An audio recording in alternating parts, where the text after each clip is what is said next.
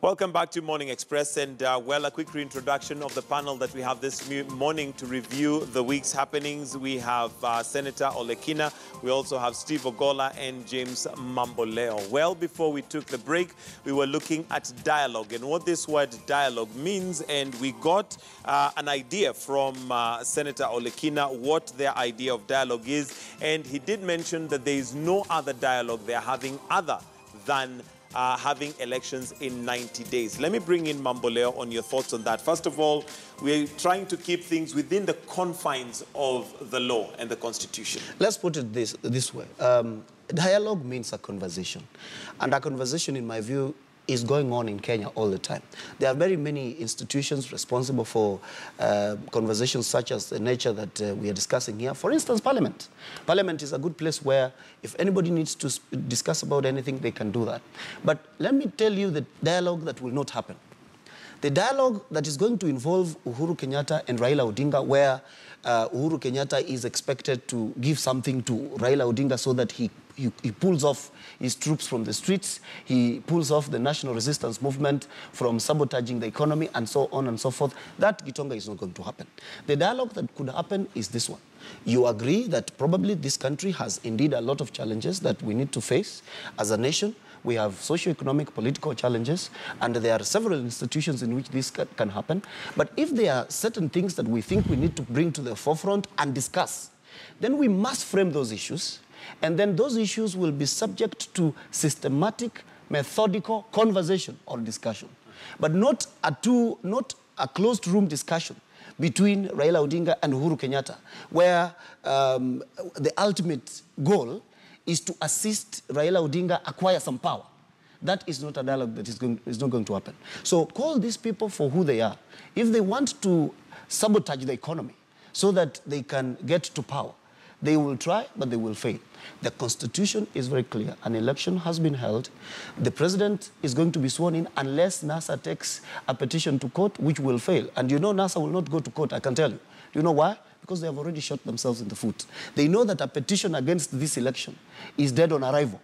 I know they might sponsor a few people here and there to go to court, but I do not see the possibility of this election being nullified. Okay, and because of that, okay, NASA knows that they do not have a lot of power in the law now, and they want to get out in the streets and mobilize people out there. When you lose an election, Gitonga, you do not make the country ungovernable. You do not tell us that you now want to sabotage the economy so that the country doesn't go forward. But NASA would argue that when you lose an election fairly, which that would be the key word. An election that you have boycotted. How do you lose an election that you have boycotted? Well, you did participate, so that is a totally different story. So let me just see what people are saying online. And basically, this is in response to the question where we have asked, do you believe or do you agree with NASA's boycott or calling for what is being called an economic boycott? And there is Charles Mageto who says that's a divestment boycott, totally retrogressive, no support whatsoever for it. I have Manuela who says, no, I don't support NASA since it has not given their supporters alternatives. Should they boycott some of the products and services, let them go to court. I have Don who says, can't Jubilee Party and NASA work together? This NRM is another long way that will hurt the country. Then we have Simon who says, some who controls the majority is not easy to arrest. The public will welcome his arrest as an attempt by the government to assassinate him. One more I will read is from Finest, who says, yes, even if UKTN, I will. You will not see me in the streets. Okay, so basically those are your comments coming through. And, well, some of the things that, or rather, NASA has come up with a 6-point form as to how this is going to play out. We've had, there's the NASA resistance movement. We also now have the Assembly of the People that is being formed through county governments, but there's a 6-point plan, which I want us to look at. And number one is the launch of the resistance, what is being known as the National Resistance Movement and Campaign, which is the first point which they have put. Number two, setting of a council to coordinate resistance strategies. Number three, readiness of dialogue with Uhuru to restore, or rather to resolve the poll impulse. And well, that's the conversation that we are having here and asking, what dialogue are they really going to have? Setting up of national and county people assemblies for Jubilee ouster. And number 5, we have, protest and picketing to focus attention on NASA's demands. Then finally, the 6th point is economic sabotage and boycott of the select, those select. So that's a 6-point plan that NASA has in place. And let me start with you, Steve Ogolla, looking at that 6-point plan by NASA. And on one hand, they have the 6-point plan, which sounds like a strategy that is already in place to have their desires met, whether they be for the people or for themselves. And on the other hand, NASA says that they're ready for dialogue. Is that double-speak as far as you're concerned? Is that part of the dialogue? Yet this dialogue that we're talking about seems to have very, very hard stance taken. I think what happens is this. Sometimes people precipitate crisis to be able to negotiate space. Maybe this is a dramatic effect from NASA to try and precipitate a crisis. What I would want to tell Jubilee, do not neglect. Some of those NASA's demands can actually disrupt the order of government because they are drawn from the Constitution and they are manipulating the Constitution. We can't lose sight of that.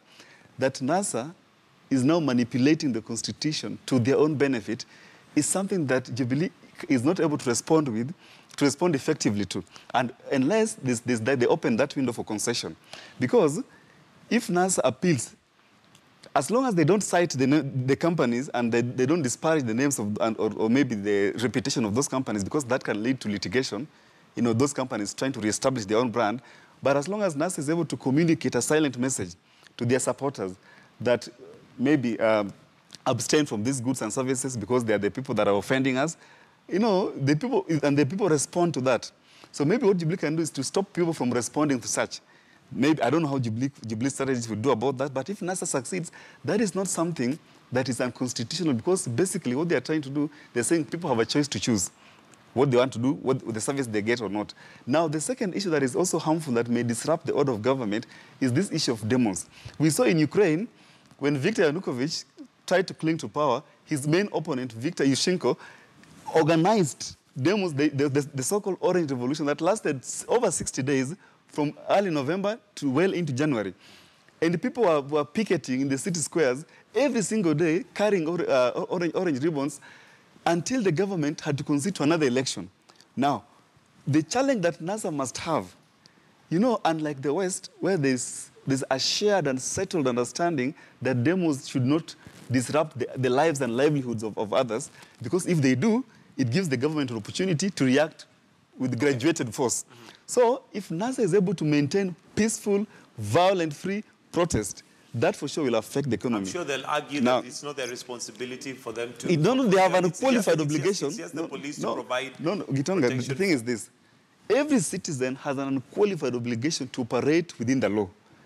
It is those individual citizens' obligation. It is their leaders who mobilize them. In fact, all we need, what we say is this: the law is not immune. The law is not removed from common sense. And judges are not immune to reason. If someone goes to court, it's possible, even for Jubilee supporters, to go to court to injunct NASA from holding these demos if it can be shown in court that the tone of these demos, when you are setting the tone, is actually intended to violate other people's rights. Okay, allow me to bring in Mamboleo. And the question here, Mamboleo, is in regards to Jubilee's also stand. Here they are saying that we're willing to have dialogue, but only after we have been sworn in or after NASA has exhausted the legal procedure. Yet we do know that once Uhuru Kenyatta is sworn in as president, he now will not be speaking as a president-elect. He will be speaking as a president of the republic. What negotiations really can they have at that point in time? I have stated several times here that once Uhuru Kenyatta is elected, he has one cardinal responsibility, which is to assess this country that he leads, and then ask himself very fundamental questions. How best can I take it forward? Because I'm the head of state of the Republic of Kenya. And one of the things that I think he needs to reassess is our political formation. He needs to look at our economic formation and ask himself the question, does this particular structure, you know, give the face of Kenya that this country so direly needs? And we have said several times that a discussion about taking this country forward, socio-economic discussion which will enhance the livelihoods of every Kenyan, is something that Uhuru must relook at. And this discussion does not necessarily have to be between Raila Odinga and Uhuru Kenyatta. But if Uhuru Kenyatta thinks, or if Raila Odinga thinks that there are certain aspects of the governance of this nation that he wants to discuss with Uhuru Kenyatta, then definitely that is a discussion that is open for anyone to have. So long as the discussion is not about saying that, you know, I need something out of this government as Raila Odinga, that is the only way that Kenya is going to be at peace, you know? And is this that really about Raila Odinga? No, it's not. That's what I'm saying. Is not. That's what I'm saying.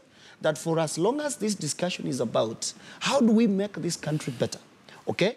And then Raila Odinga will have to say, to tell us why that discussion cannot be held in Parliament, why it cannot be held in any other place. It must be held between him and the President. So once that happens, let us frame the issues. Let us look at Kenyans in the face and ask, how do we solve these problems? Okay? Then that process can actually begin. So dialogue is open, and it is continuing even now. Dialogue is ongoing. However, that dialogue cannot be about an individual's quest for power. Senator Itonga, you know, it actually surprises me when Mamboleo talks about only two pillars of development, social and economic, and leave out the political. You cannot develop a country without looking at the three pillars of development: social, political, and economic development. Those are the three things that you must look at. And change will only come when citizens display anger. And the only way that this country is going to see that Kenyans are sick and tired of this selective leadership is when we effect our march to Nairobi City of 4 million people coming from all corners of this country. We want to sit down and have a discussion on how we are going to develop this country economically, politically, and socially. We cannot develop this country when certain people feel that their rights don't mean a thing. You know, for us, the Maasai people, we feel that we are completely under siege. We feel that our rights are not being respected. Our cows are killed on a daily basis. Other people will feel something different. So I think for us to be able to move on with this country, I will do my part. I will represent my people in Parliament. The NRM, which is going to be a movement made up of people from all corners, will also play their role in ensuring that they display anger, they ensure that Jubilee is willing and ready to sit down. I can assure you one thing: this country will be completely ungovernable if our demands are ignored, if the Jubilee side is not willing and ready to sit down with us and discuss. This economic boycott we are calling for, if you can see clearly, it is almost the last resort. We've got issues, other points that we said, gentlemen, let's sit down and talk. Let us have a process which is inclusive. All inclusive. You know, because if we don't do that, then when people feel disgruntled, then you will see a lot of things happening. Okay. This country, right now as we speak, yesterday I visited a company called up in Babadogo. This is a company that in any given time, when you go there, you will find a lot of vehicles being, you know, bodies being manufactured. Yesterday when I went there, I was shocked. This company only had one vehicle body was being fabricated. Our economy is already suffering. A lot of businesses are closing down. This government is also not sending money to the county governments. So what we are doing is this: we cannot pretend that we actually care about this country. Yet, we in the Senate, we made sure that we passed the cash disbursement schedule for money to be sent to the county government. Okay. That money has never been sent. All right, Steve, you wanted to say something. I want us to move on to the last. Before you transition that issue, one thing that Kenyans must now be well aware of is that the political class, both Jubilee and NASA, consider themselves to be immune to legal processes. It's a very dangerous pathway if you're going that way. Because what they say is that they can set the agenda either way anyhow, then it's for you to reorganize it in the Constitution. They don't look at the Constitution and say, how can we work within the Constitution? They're saying, no, listen. We believe this election was fraudulent. Nonetheless, although the Constitution says go to court, we won't go to court. We want a fresh election. You work with that. That's what NASA is telling us. And I'm saying that's a very indecent approach. It's very dangerous because then, ultimately, this country will still move on, trudge on. This is our investment for the future. In 2022, another political formation, having learned from this experience, will come. So there's no certainty on how we are going. On the Jubilee part, I would like to get a reassurance from the president himself, because there's some anxiety and genuine concern. After the Supreme Court nullified an election, Uhuru was openly agitated. In fact, he called them Wakora. But he said, nonetheless, we shall go back. So there is anxiety that will Uhuru Kenyatta, having participated in 2 elections, Raila participated only in one, the 8th August. Uhuru spent resources on the 8th August election. He spent further resources campaigning for the October 26th election. Is he ready to go back to another election in 60 days if the court were to invalidate? Or he will change the tone and tune and say, you see, this court is working with NASA. I want to urge the political class. This grandstanding will hurt this country, and it is not beyond Kenyans. Let me tell you, there could be another kind of revolution that is beyond Jubilee and NASA. The Kenyan people united. You see, the kind of revolution that happened in Egypt was not about partisan interest. It was about the youth saying that we are tired of unemployment, we are tired of insecurity, we are tired of harassment. There are issues that can cut across the political divide if Kenyans are able to find a common face or a convergence in another person. We might go that way. This sovereignty that NASA is telling Kenyans about, and the sanctity of the rule of law that Jubilee is waiving because they know tactically, strategically now, it works for them. Kenyans are able to define another path. And I want to point out to Kenyans, listen, Article 165, sub-Article 3 of the Constitution, allows the High Court to determine any question on the interpretation of the law. Okay. It is not beyond any Kenyan to frame questions and take the High Court. Number one, tell Kenyans, what does it mean in the context of this fresh presidential election and its aftermath? What does it mean if political formations, NASA and Jubilee, agree together to go to another election when the Constitution says that the next government serves for 5 years? Because we are talking about certainty, predictability of the law. We can frame our own questions, take them to the High Court. The High Court can provide answers, and then we bind both Jubilee and NASA to limit themselves to those options framed by the High Court. Okay. And I believe Kenyans should go that way. All right. Now, I want us to somehow, come to a conclusion, because I think this is a subject that we can talk about literally the whole day. Now, the African Union observers want aggrieved parties following the recently concluded election to go to court. However, the National Council of Churches wants that the expansion of the executive through constitutional amendments to allow for the position of Prime Minister. This is what they had to say. Notes the operational and administrative efforts by the IEBC to prepare for the election within a challenging, frequently changing and unpredictable political and legal environment. This could have impacted the credibility of the first presidential election, as acknowledged by the chairperson of the IEBC. The mission calls upon all parties that feel aggrieved by this election to follow legal processes in challenging any aspect of the electoral process. We recommend that Kenyans, through Parliament, amend the Constitution of Kenya 2010 to provide for an expansion of the executive to provide for the president to appoint a prime minister and 2 deputies. All right, Mambolo, let me start with you. Your thoughts on that as an option? I suspect that Canon Karanja is speaking on behalf of NASA. No, however, he's not. Let's put it this way. It's really disappointing that as a senator elected in this country, you can be rallying people to destruction. You can be talking about, on television, national television, you can be talking about economic sabotage of a country that you claim to love. For a reason. Not for a reason. Thank you. There is absolutely I'll respond to that. There's absolutely no reason anyone could have to want to destroy his country. And I'm extremely disappointed that this is actually carried on national television. This is what we must tell these leaders. Because if this is the Senate we have, then we have a big problem. This is what we must tell these leaders, that this romance you want to have with violence, first and foremost, I don't even think that they are capable of doing what they're telling us. But we must not listen to this blackmail. We must not listen to these threats that someone is going to watch or bring march 4 million people to Nairobi. Let the 4 million people come. They are going to have a conversation. It is their own country. In his own county, you know, they did not listen to him. They went to vote, okay? So let us engage in honest discussions. If it is about this country and moving this country forward, the Constitution gives us a clear way forward. Any cherry picking of the constitutional provisions will not be allowed. On one point, you cannot be telling us we have a right to picket under Article 37 of the Constitution. We have a right to assemble under Article 1 of the Constitution. But we don't want to follow all the other legal processes that have been created by the Constitution.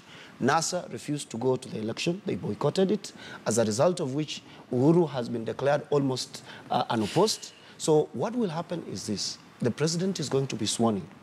If NASA thinks that there is a national conversation we must have, which is not about one of their own probably ascending to the position of whichever position, prime minister or whichever, if it is about this country, if it is about Mwananchi, if it's about the Maasais that he's talking about, let us look for a place in agriculture or in the Ministry of Agriculture in which we deal with that issue.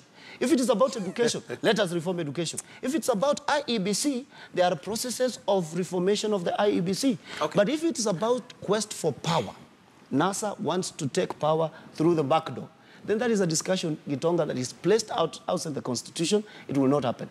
If someone wants to boycott certain products, you know, even without you being told, you can boycott KTN, you can boycott Nation, it will be your own choice. However, it is you who is missing on the news. Right. It is you who is missing on airtime. You tell people, boycott Safaricom. And it is the same company on which you are running a till number to collect money for elections. You know, it's extremely pretentious. You know, Senator Gitonga, let me actually say this. I pity my dear brother here, Mama. And I'll request that we just keep it brief. We need to wind up. Yeah, I'll keep it very brief.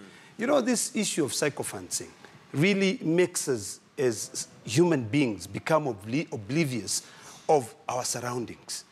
Let me make it very clear to you. Facts are very stubborn. Number one, when you look at the people who voted for Uhuru Kenyatta from Narok County on the 8th, I denied him an extra 30,000 votes from what he got in on the 8th of August. On the 8th of August, he got 156.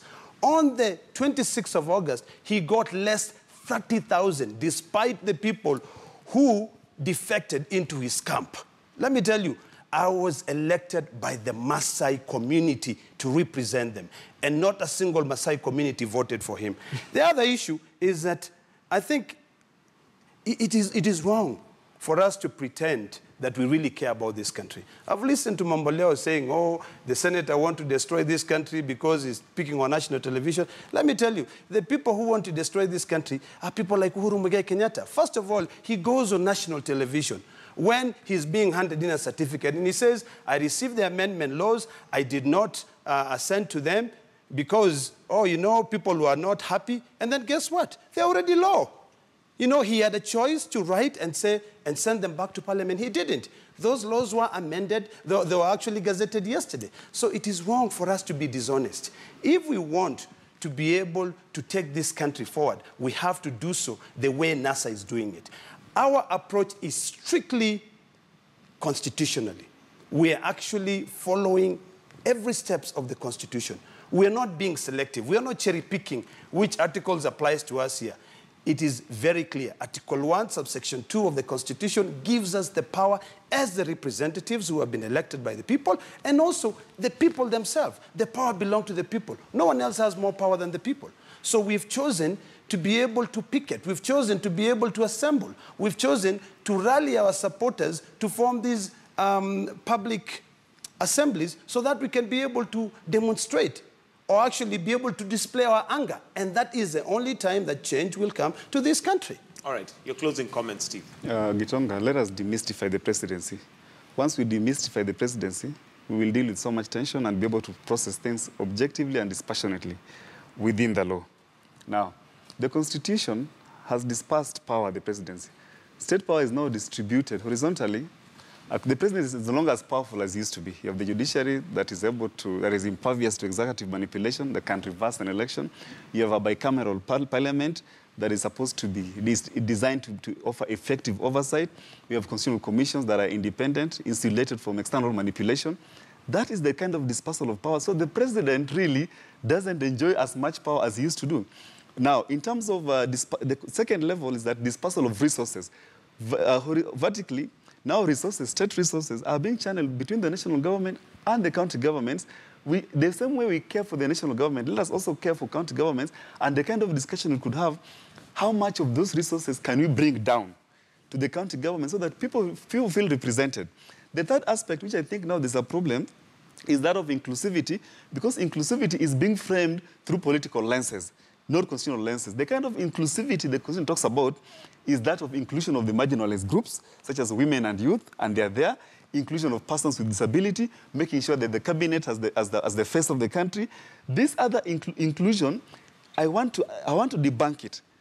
There is something that me and you, Gitonga, will not see, we the politicians only see, but they will not tell us. There's a reason why Kenya is ranked number 145 out of 183 in the Corruption Perception Index.